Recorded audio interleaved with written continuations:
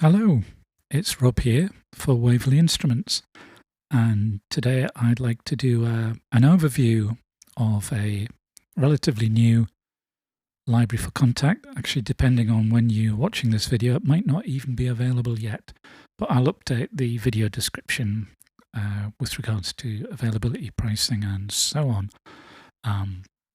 So what is synthetic materials? Well, it's a sample-based instrument, obviously, as it's a KONTAKT instrument, and it's a collection of analog and wavetable synthesizer sounds, some of my favorite sounds, and I've also designed a sound engine that allows you to kind of shape those sounds and hopefully really make them your own. You know, I'm hoping that I've included enough here so it's not just a kind of a preset machine, if you see what I mean.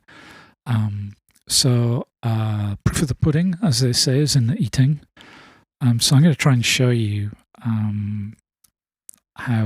what you can do with the instrument by taking a fairly basic sound and taking it someplace hopefully quite interesting. So I've got KONTAKT here running in Logic, doesn't really matter, but just to let you know. And I've zoomed in on the KONTAKT window here with synthetic materials all loaded up. This is the main instrument page, and we've got an init patch, which is just a snapshot. And this is based on a sample of a basic saw wave from an analog synth. So as you can hear, pretty basic there. There are some other sounds, 60 in total in fact. These virtual analog and wavetable guys, they're much more evolving and complex, and clues in the title here, these are a bit more basic. And then we've got distorted versions of those, actually kind of wave folding based distortion. Just to be different, let's start with a sine wave basic waveform. Let's take a listen to that.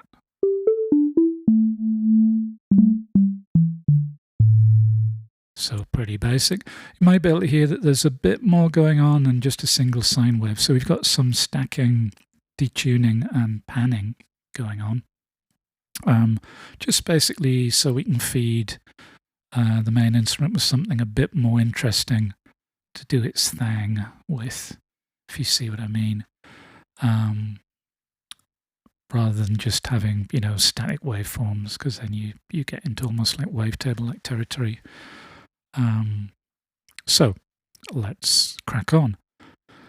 UI, hopefully fairly simple to understand. Looks kind of busy, but what I was trying to do here is get everything you need for your sound design on this single page. If you've got an NKS compatible controller like the S series keyboards from Native Instruments or Machine, all these parameters are exposed, so you can edit from your favorite keyboard using complete control and whatnot. Okay, let's get going. So we've got this basic sine wave.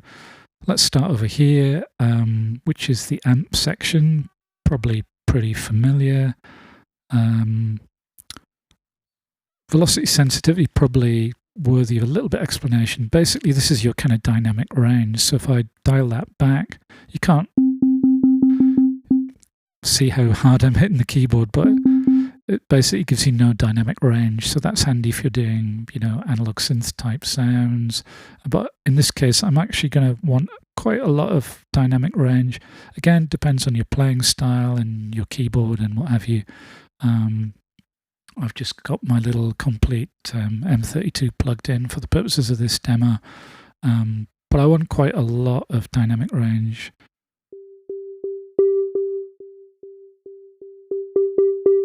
So you can hear I'm getting, it's about as quiet as I can go on this keyboard. So that'll do me. So I think that's going to be nice when we start messing around with effects and filters and all that jazz, but we get to that. You probably noticed if you click or move any of these controls, you get a readout on the display. We've also got a representative waveform of whatever sound set is loaded. Okay, let's look at the envelope. I'm going to leave the attack ramped all the way down. I'm going to dial back the sustain so it's got a bit of kind of sense of a keyed kind of sound, if you see what I mean. Let's give it a nice long release because that's what pads are for, nice long release times.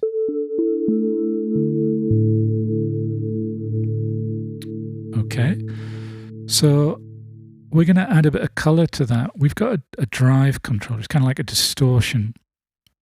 And if I just bring that in on a single note,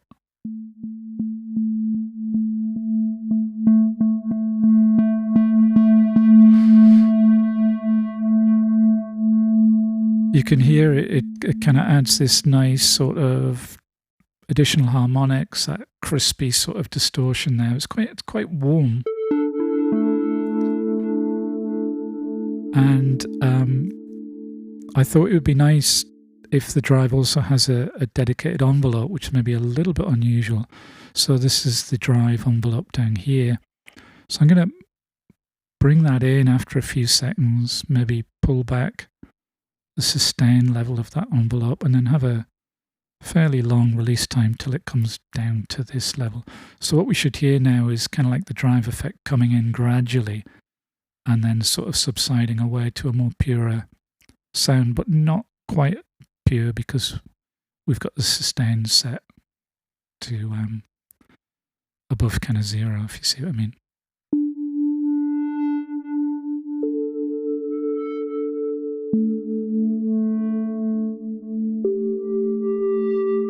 Let's go for a bit of a longer release time, maybe slightly longer attack.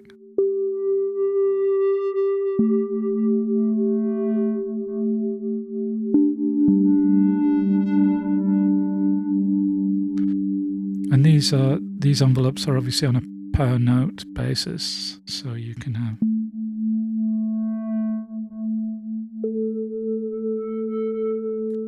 if you hear that. Okay, well, let's go over to, actually, let's look at EQ, because sine waves kind of, because they're essentially a pure wave, tonally sometimes it's worth looking at tweaking them. So I'm going to bring down the low mids because I'm hearing the kind of like a woolly, woofy sort of sound. But I'm going to boost the high mids by about 6 dB either side. I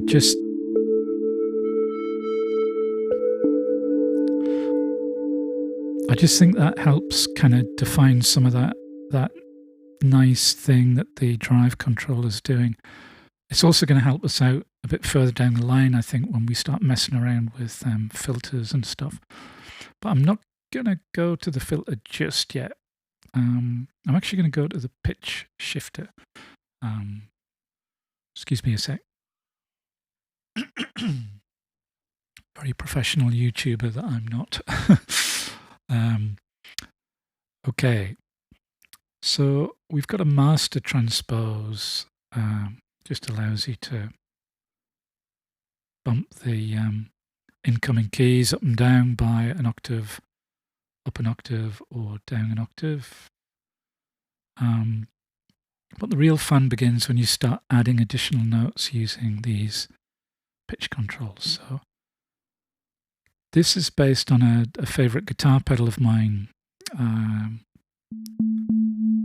that lets you add notes. So what it's doing, it's generating an additional note an octave above for each note you play. So I'm still just playing one note.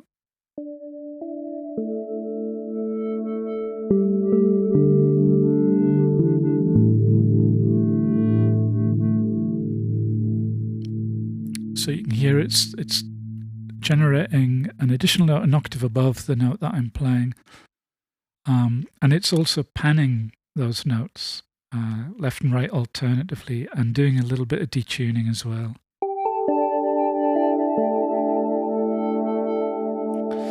Now, one of the things I like to do with the pitch shifter is kind of create an illusion of additional harmonics in the bass sound. And a little trick you can do for almost bell-like tones is you go up an octave and then another fifth, so that's 19 semitones.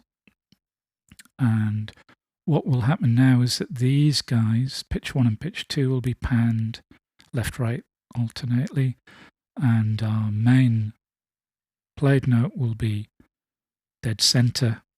Let's have a listen to that.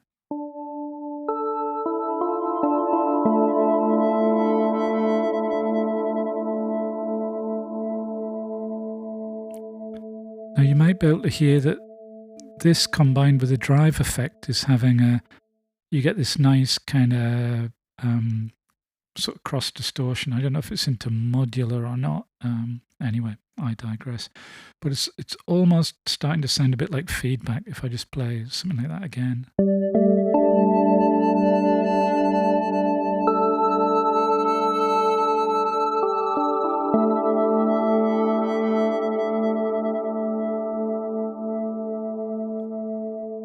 And it kind of comes and goes because this is a very long sample, so it's not, it's not just a single cycle of a waveform.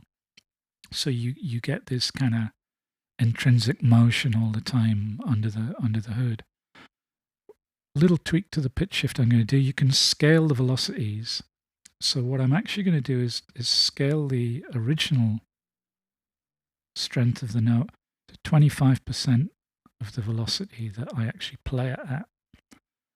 And I'm going to have these guys round about half of whatever I play.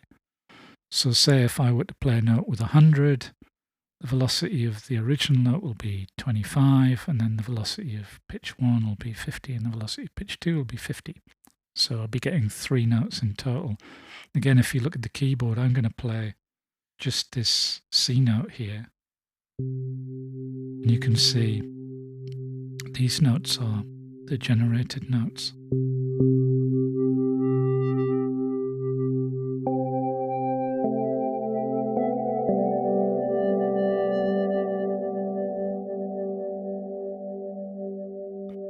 Okay, let's have some fun with a filter. I'm going to open it up to start with and crank the resonance up a bit, just to try and bring out some of this nice interaction with the drive and the pitch shifter that's going on. I'm also going to apply a bit of envelope. Let's have quite a long attack, hold it for a bit, quite a long decay as well.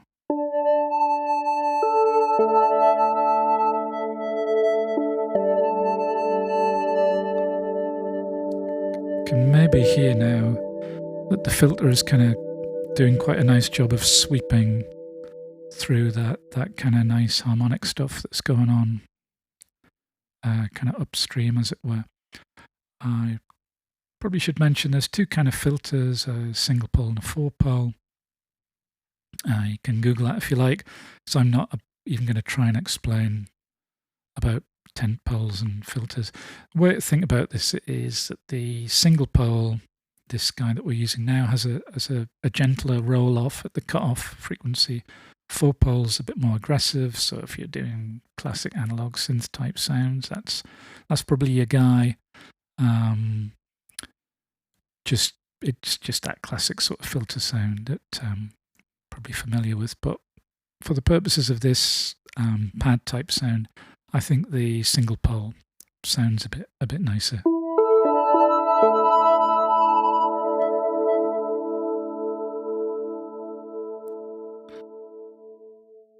Okie dokie. Actually, while we're in the filter section, let's add a bit of filter LFO as well. I'm going to dial that down, about this much, I guess.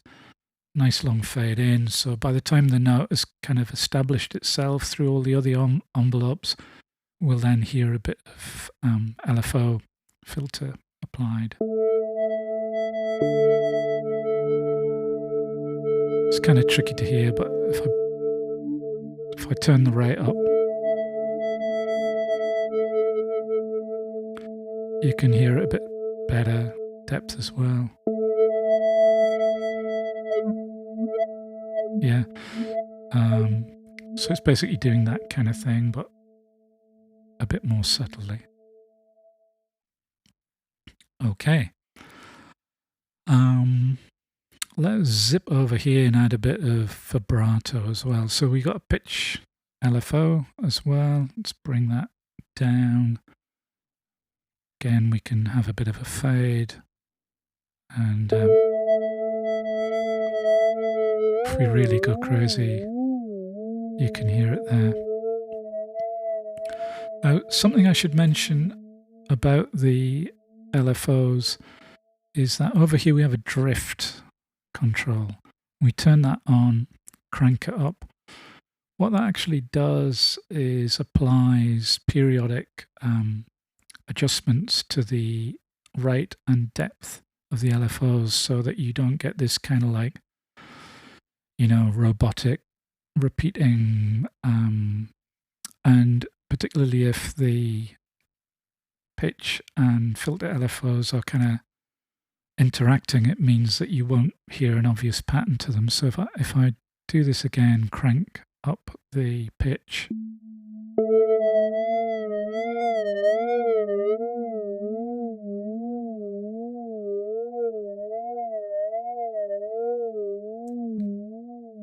you can maybe hear that the depth and the rate aren't kind of constant. But I said we were going to make a nice pad sound, and I don't think that is sounding very nice, and will make you a bit seasick. Right. Okay.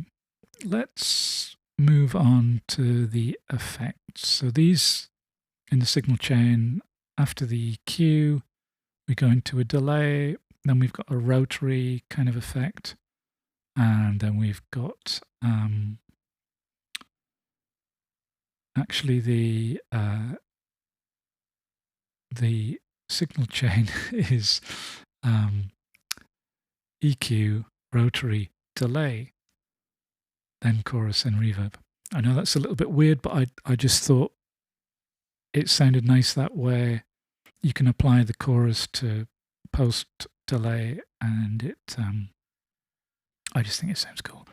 Anyway, you've probably got your favorite modulation and reverb and delay plugins already, but I wanted to provide some that I think sound good with the bass sounds. So let's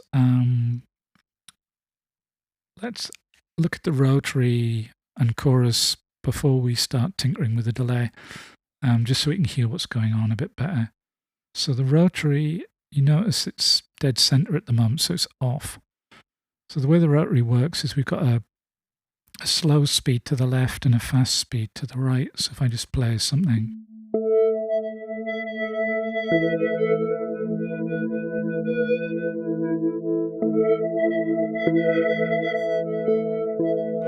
so you can hear it's kind of like you've got that classic super fast spin over here and something a bit slow on the other side.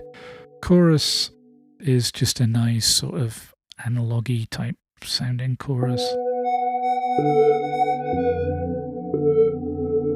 It's quite watery sort of vibe to it. So I'm going to have a bit of that and a bit of that. Let's go crazy.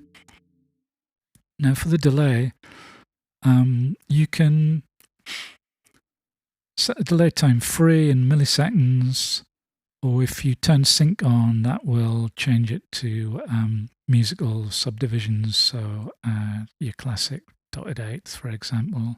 Let's bring the mix in. Repeats. And let's go for quite bright.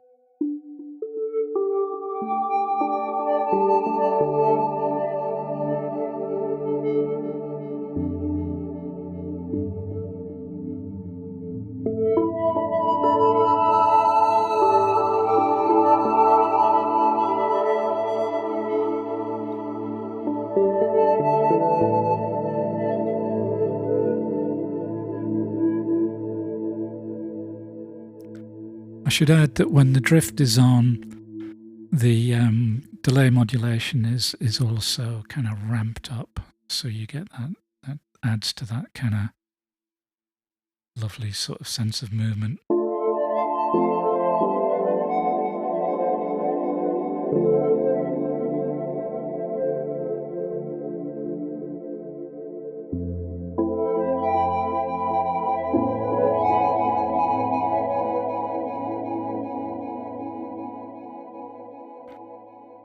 Okay.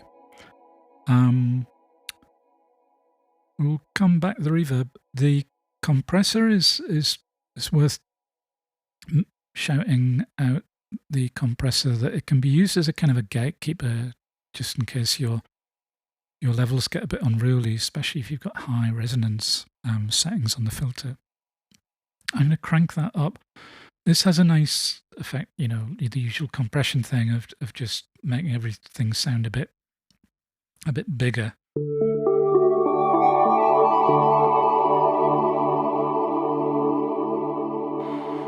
But it also, let's say if we really put the resonance up high here.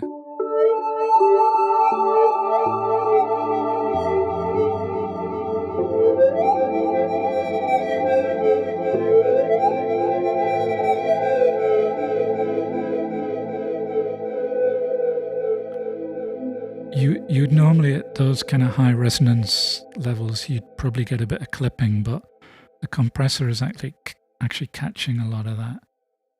I won't demonstrate clipping because I don't want to hurt your ears, basically, or mine for that matter. So just trust me on that. So it's kind of a nice little safety catch, if you like. So we'll pull that resonance back anyway, and let's take a look at the reverb. It's just a one knob reverb, but under the hood there's actually quite a lot going on here as you bring it in.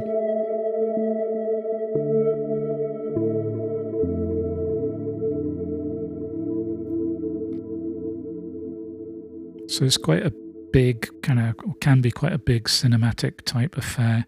It doesn't go 100% wet, but if you really crank it, you get some additional kind of changes going on, such as damping is kind of eased off a bit. There's some additional modulation. The actual size of the emulated space goes up, so you can get pretty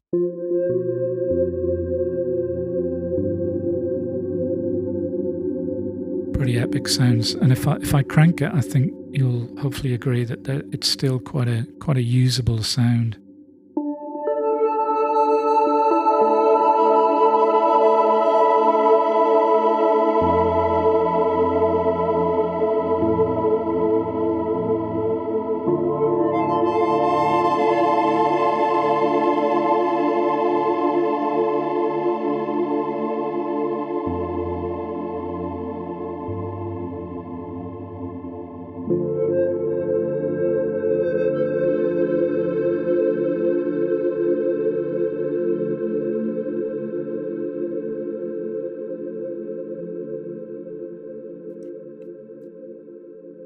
Hope you like that. I quite like sounds like that. Hope you do too.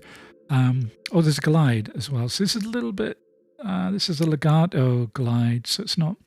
I don't have a mono mode in the instrument, but I think the glide is kind of fun for.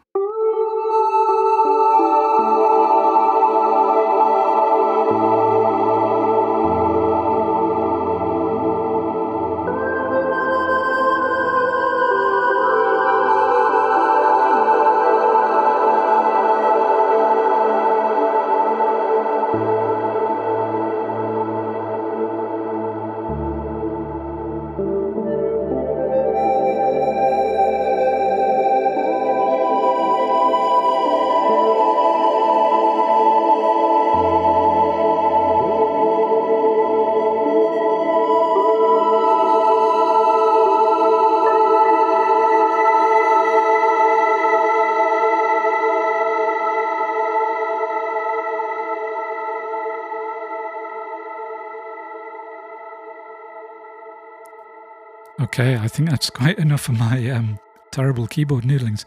So I hope you like that, and I hope it's kind of piqued your curiosity for synthetic materials.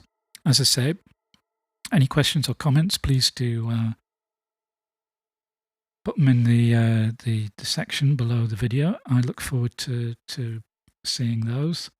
And yeah, subscribe. I think I've got a grand total of 2 subscribers at the moment, so this is a very new venture at the time that I'm making the video. So please do subscribe, that'd be great. Thumbs up would be a bonus. Anyway, I'll sign off for now. Hope you like what you hear. There'll be more videos coming, I'm sure. Let me know anything you'd like to see. I'll be doing something on the sequencer. The sequencer is pretty funky, if you don't mind me saying. I had a lot of fun making this, and hopefully you'll have a lot of fun using it if you decide to take the plunge with synthetic materials. Okay, that'll be the subject of another video, I'm sure, before too long. This is Rob signing off. Be safe, be well, be happy, and I'll see you in the next video. Bye for now.